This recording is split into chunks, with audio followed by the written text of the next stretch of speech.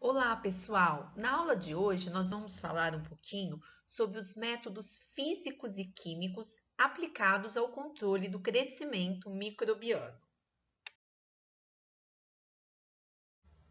Inicialmente, nós vamos recordar um pouquinho sobre o crescimento de micro-organismos.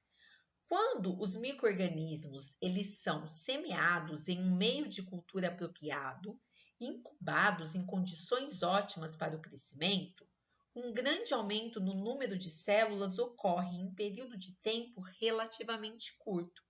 Para vocês terem uma ideia, em algumas espécies bacterianas, a população máxima é atingida em 24 horas. Mas a maioria das outras espécies de micro-organismos requer um período de incubação maior para atingir o crescimento máximo.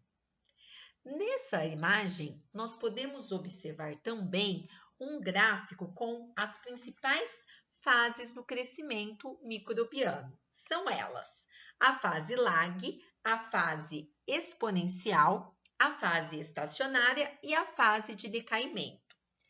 Na fase lag, existe um período inicial no qual parece não haver crescimento em termos do aumento do número de células. Embora elas não estejam se dividindo durante a fase lag, ainda são metabolicamente ativas, reparando os danos celulares e sintetizando enzimas. A fase lag é seguida por um período de rápido crescimento, chamado de fase de crescimento logarítmico ou de crescimento exponencial. A fase seguinte é a fase estacionária, durante a qual não existe nenhum crescimento novo. E, finalmente, existe a fase de declínio na população viável, até que todas as células microbianas morram. Essa fase é conhecida como fase de declínio, decaimento ou morte. O manuseio efetivo dos micro-organismos em diferentes ambientes, como nos laboratórios, nas nossas casas, nos hospitais, nas indústrias, depende essencialmente dos conhecimentos de como controlar esse crescimento microbiano, isto é, destruir, inibir ou remover esses micro-organismos em seu meio. Essa abordagem da microbiologia é denominada controle de micro-organismos. Existem vários agentes físicos e químicos que podem ser utilizados para mantê-los em níveis aceitáveis. A escolha do melhor agente depende, em parte, se você quer destruir, remover todos eles, destruir somente certos tipos ou simplesmente prevenir a multiplicação daqueles micro-organismos já pré-existentes.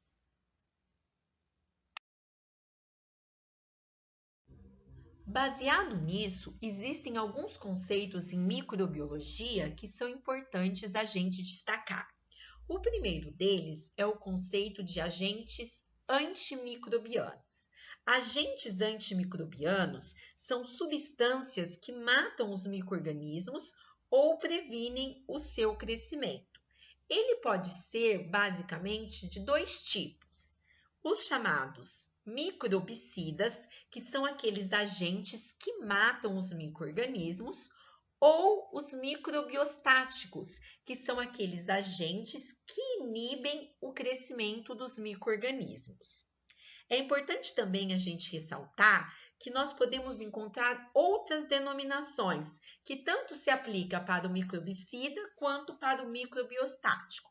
Por exemplo, eu posso falar em bactericida, viricida, fungicida, ou eu posso falar que é um bacteriostático, um fungiostático e assim por diante. Essas denominações indicam o tipo de micro-organismo destruído. É de extrema importância entender os mecanismos de controle microbiano para a microbiologia, pois você tendo esse conhecimento, você pode, por exemplo, inibir a propagação de agentes patogênicos, tanto na espécie humana quanto em outros animais. Você pode também agir na chamada conservação de alimentos, aumentando, por exemplo, a sua validade, também conhecido como shelf life. Também pode estar relacionado com as questões do meio ambiente, como o controle de água, dentre outros.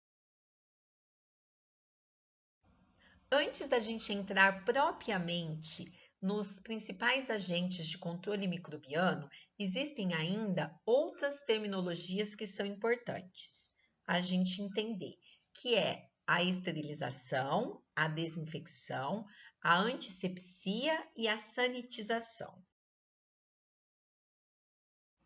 A primeira definição importante que nós vamos falar é sobre a esterilização. A esterilização é o processo de destruição de todas as formas de vida microbiana, bactérias nas formas vegetativas, esporuladas, fungos e vírus. Esse conceito, ele é absoluto. Ou o material está esterilizado ou ele está contaminado. Não existe meio termo. Um outro conceito importante é o conceito de desinfecção. É o processo pelo qual se destroem particularmente os germes patogênicos e ou se inativa sua toxina ou se inibe o seu desenvolvimento. Os esporos não são necessariamente destruídos. Já a antisepsia é a destruição de micro-organismos existentes nas camadas superficiais ou profundas da pele, mediante a aplicação de um agente germicida. A antisepsia envolve a sua aplicação em tecido vivo. E por último, nós temos a sanitização, que é a redução da contagem microbiana a níveis seguros de saúde pública. Além disso, existem vários fatores que podem influenciar na efetividade dos tratamentos antimicrobianos. Aqui nós vamos destacar 4. Primeiro, o número de micro-organismos. Populações maiores levam mais tempo para morrer do que populações menores. Segundo, a intensidade ou a concentração do agente antimicrobiano. Quanto menor a intensidade ou a concentração, mais tempo leva para destruir uma população microbiana. Terceiro, o tempo de exposição. Quanto maior o tempo de exposição a esse agente antimicrobiano, maior será o número de células mortas. E em quarto, as próprias características individuais da espécie de micro-organismo em questão. Um outro aspecto que deve ser levado em consideração é que os agentes antimicrobianos, eles atuam de várias maneiras para inibir ou matar micro-organismos. Assim, conhecendo o mecanismo de ação de um determinado composto, é possível predeterminar as condições sobre as quais atuará mais efetivamente. Isso pode também revelar que espécies de micro-organismos serão mais suscetíveis àquele agente. Os possíveis mecanismos de destruição microbiana estão associados com a própria estrutura da célula do agente microbiano, no caso das bactérias. Ele pode alterar a permeabilidade da membrana plasmática ou pode causar danos às proteínas e aos ácidos nucleicos. Quando eu falo ácidos nucleicos, eu estou me referindo ao DNA e ao RNA. Os agentes antimicrobianos, eles podem ser agrupados em agentes físicos e agentes químicos. Na nossa aula de hoje, nós vamos nos ater aos principais agentes físicos que são responsáveis pelo controle microbiano. Neste slide, nós temos os principais mecanismos de controle por agentes físicos. São eles o calor, que pode ser calor úmido ou calor seco, a filtração, o frio, a dessecação, a pressão osmótica e a radiação, que por sua vez pode ser ionizante e não ionizante. A partir de agora, iremos destacar separadamente cada um deles. O primeiro agente físico que nós vamos falar é o calor úmido. O calor úmido ele é muito mais eficiente do que o calor seco para destruir os micro-organismos. Isso porque o calor úmido ele causa desnaturação e coagulação das proteínas vitais, como as enzimas. O que é a desnaturação? A desnaturação é quando ocorre a perda da configuração espacial da proteína e quando isso ocorre, ela perde a sua função. O calor úmido utilizado para matar os micro-organismos pode ser de três formas: na forma de vapor, na água fervente ou na água aquecida a temperatura abaixo do seu ponto de ebulição. No caso do calor úmido, o uso do vapor de água sob pressão é o método mais prático e seguro de aplicação. O aparelho destinado a esterilizar com vapor sob pressão é conhecido como autoclave. Na autoclave, você tem um sistema fechado de volume constante. Dessa forma, um aumento da pressão permitirá um aumento na temperatura. O vapor de água sob pressão fornece temperaturas maiores do que aquelas possíveis com valor sem pressão ou água fervente. Nesta imagem, nós podemos observar o esquema de como que é o funcionamento interno de uma autoclave. Ela parece uma panela de pressão, no sentido em que ambas utilizam vapor sob pressão. Porém, a temperatura e a pressão interna na autoclave pode ser bem mais controladas. Além disso, uma autoclave é usualmente operada a uma temperatura de vapor de 121 graus Celsius. O tempo necessário para esterilizar nesta temperatura depende do material que está sendo tratado. Leva mais tempo para o calor penetrar em um material viscoso ou sólido do que em um material fluido. O tempo necessário também depende do volume do material que será esterilizado. Por exemplo, se eu tenho 1000 tubos contendo 10 ml cada de um meio líquido, podem ser esterilizados em 10 a 15 minutos a uma temperatura de 121 graus Celsius, enquanto o mesmo volume de meio, 10 litros, em um único frasco, necessitará de 1 hora ou mais, pois mais tempo será requerido para o calor penetrar no centro do material volumoso.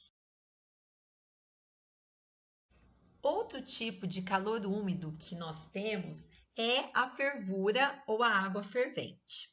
A água, quando ela é levada ao ponto de ebulição, ela matará os micro-organismos vegetativos presentes no líquido. Entretanto, materiais ou objetos contaminados expostos à água em ebulição não serão esterilizados com segurança. Isso porque alguns endósporos bacterianos podem resistir a 100 graus Celsius por mais de 1 hora. A exposição de instrumentos em água fervente por curtos períodos de tempo provavelmente matará todas as células vegetativas presentes, mas não esterilizará necessariamente os instrumentos. Dessa forma, a água em fervura, a água em ebulição, não é considerada um método de esterilização. O primeiro agente físico que nós vamos falar é o calor úmido. O calor úmido ele é muito mais eficiente do que o calor seco para destruir os micro-organismos. Isso porque o calor úmido ele causa desnaturação e coagulação das proteínas vitais, como as enzimas. O que é a desnaturação? A desnaturação é quando ocorre a perda da configuração espacial da proteína e quando isso ocorre, ela perde a sua função.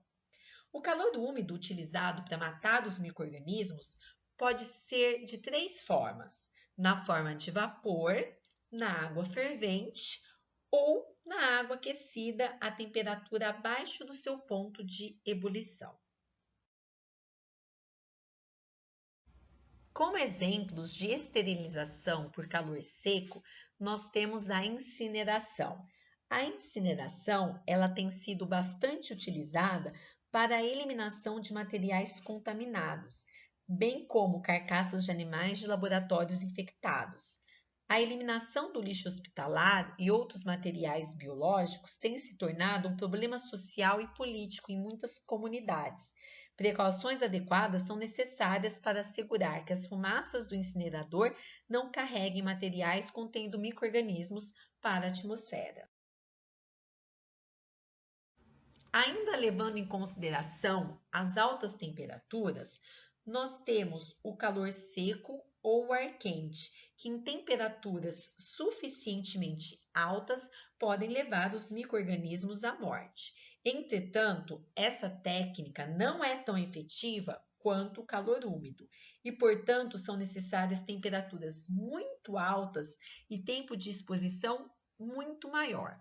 Só para vocês terem uma ideia, a esterilização de vidrarias de laboratório, essas que a gente costuma utilizar de forma rotineira, como placas de Petri, pipetas, requer um tempo de 2 horas de exposição a 160 a 180 graus Celsius, utilizando para isso o calor seco, enquanto a esterilização desses mesmos materiais em uma autoclave, que é o calor úmido por vapor de água, requer somente 15 minutos a uma temperatura de 121 graus Celsius.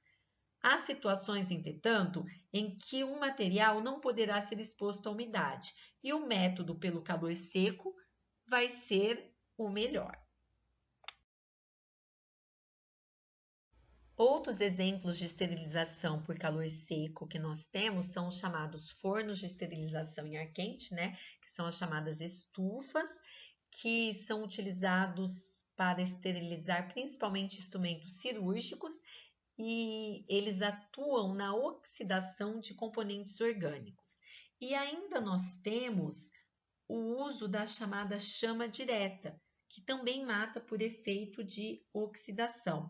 Ele é muito utilizado em técnicas de laboratório. O aquecimento, por exemplo, das alças e agulhas é uma etapa importante na obtenção de colônias isoladas em meios solidificados, na inoculação dos meios em tubos e na remoção de todos os micro-organismos, evitando assim a contaminação das culturas subsequentes. Não é somente as altas temperaturas que também pode ter um papel como um agente antimicrobiano. As baixas temperaturas também podem influenciar nesse processo. Por exemplo, o congelamento ele é comumente utilizado para preservar alimentos, drogas e espécimes laboratoriais, porque bloqueia efetivamente o crescimento microbiano. Para vocês terem uma ideia, um freezer doméstico ele pode manter temperaturas de até menos 20 graus Celsius. No entanto, é importante a gente salientar que as bactérias elas podem ser classificadas de acordo com a temperatura ótima de crescimento. Então, se vocês observarem nesse gráfico aqui, a gente tem as diferentes temperaturas ótimas e a denominação que é dada para ela. Quero chamar a atenção para vocês sobre as bactérias conhecidas como sendo mesófilas. As bactérias mesófilas, elas têm uma temperatura ótima de crescimento que é por volta dos 39 graus Celsius. A maior parte das bactérias patógenas são mesófilas. Quer dizer que se eu sair dessa temperatura ótima, tanto para mais quanto para menos, eu posso, consequentemente, alterar, posso causar uma inibição e a mortandade desse tipo de micro-organismo. Agora, se vocês observarem aqui, existem algumas bactérias que o seu crescimento ótimo é por volta de 4 graus Celsius, que são chamadas bactérias psicrófilas. Elas ainda crescem lentamente em temperaturas de refrigerador, podendo, por exemplo, alterar o aspecto e o sabor dos alimentos. Embora a filtração não seja um agente físico no seu sentido mais tradicional, como foi a temperatura que nós vimos, ela pode ser considerada um processo físico, que em muitas ocasiões pode ser utilizado como um método de esterilização de escolha. A filtração, ela consiste na passagem de um líquido ou um gás através de um material semelhante a uma tela, mas ele tem que ser suficientemente pequeno para reter esses micro-organismos. São geralmente utilizados para realizar a esterilização de materiais que são sensíveis ao calor, como por exemplo, enzimas. Então, se vocês observarem nessa imagem, nós temos a presença de um filtro, de um papel de filtro, né? A mistura heterogênea que é colocada sobre esse filtro e depois nós temos a coleta daquele líquido separado, já sem a presença dos micro-organismos. Além da esterilização, essas membranas filtrantes, elas também podem ser utilizadas para outras funções. Elas podem ser, por exemplo, utilizadas para separar diferentes tipos de micro-organismos e para coletar amostras microbianas.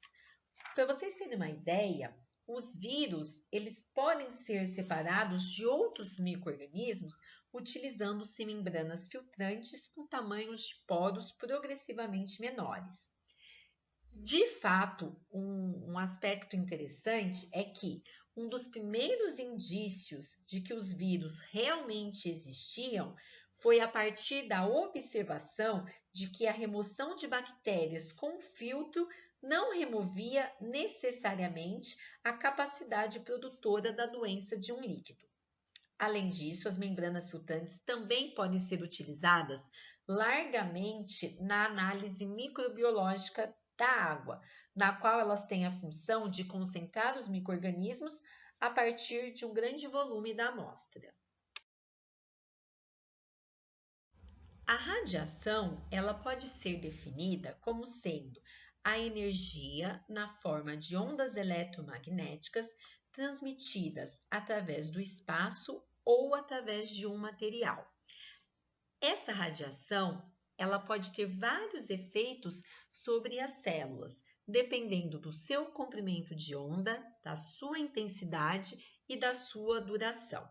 As radiações eletromagnéticas, elas podem ser classificadas em dois tipos, de acordo com o seu comprimento de onda, que são as chamadas radiações ionizantes, que é representada pelo raio X e pelo raio gama, e eles atuam destruindo o material genético na célula, destruindo o DNA. E nós temos as radiações não ionizantes, que acabam alterando o DNA através da formação de dímeros. Os raios ionizantes, como o raio X e o raio gama, eles têm sido muito utilizados para esterilizar equipamentos médicos previamente acondicionados, esterilizar alimentos e equipamentos comerciais. Devido à capacidade dos raios gama de penetrar nos materiais, um produto pode ser primeiro acondicionado e então esterilizado. Apesar da esterilização de alimentos com raio gama ser utilizada, atualmente aprovou-se apenas o seu uso em alguns itens alimentícios, como os temperos. Este uso limitado deve-se à incerteza sobre o efeito dos raios gama na qualidade do produto, bem como à compreensão pública sobre alguma correlação com radioatividade, embora os alimentos irradiados pelos raios gama não se tornem radioativos. Neste slide, nós temos uma tabela onde a gente pode observar a diferença da utilização da radiação ionizante com a radiação não ionizante como forma de controle dos agentes microbianos. Ionizante, como a gente viu, raios gama e raio-x, eles destroem o DNA e eles são muito mais potentes, ocasionando a esterilização. E como foi falado, é utilizado em produtos farmacêuticos, suplementos médicos, odontológicos e como o exemplo que eu dei em alguns produtos alimentícios. Já as radiações não ionizantes, ela é um pouco mais amena, que é representado pelos raios ultravioletas, gera uma lesão no DNA e quando comparado com a radiação ionizante, ela vai ter um efeito mais microbiostático ou microbicida, sendo mais utilizado para controle de ambientes fechados. Um outro tipo de agente físico é o chamado dessecamento. O dessecamento ele está relacionado com a ausência de água. Os micro-organismos eles não podem crescer ou se reproduzir, mas podem permanecer viáveis por ano. Quando a água encontra-se presente, seu crescimento é retomado. Esse processo físico de controle microbiano ele foi largamente utilizado antes do desenvolvimento da técnica de resfriamento. Indústrias de alimentos ainda utilizam esse método quando secam frutas, carnes, para fazer as chamadas charques ou pães. E os agricultores podem contar com a dessecação para a preservação de grãos como milho e trigo. O tempo de sobrevivência dos micro-organismos após a dessecação depende de muitos fatores, do tipo de micro-organismo, do material na qual esses micro-organismos serão dessecados, da intensidade do processo de dessecação e das condições físicas envolvidas, como, por exemplo, a luz, temperatura e a umidade. Existe um processo chamado de liofilização, que ele é muito utilizado para preservar micro-organismos em laboratório, principalmente em locais que você precisa ter leveduras para a produção de cervejas, banco de culturas. Nesse processo, os micro-organismos são submetidos à desidratação extrema em temperaturas de congelamento e são então mantidas em ampolas fechadas a vácuo.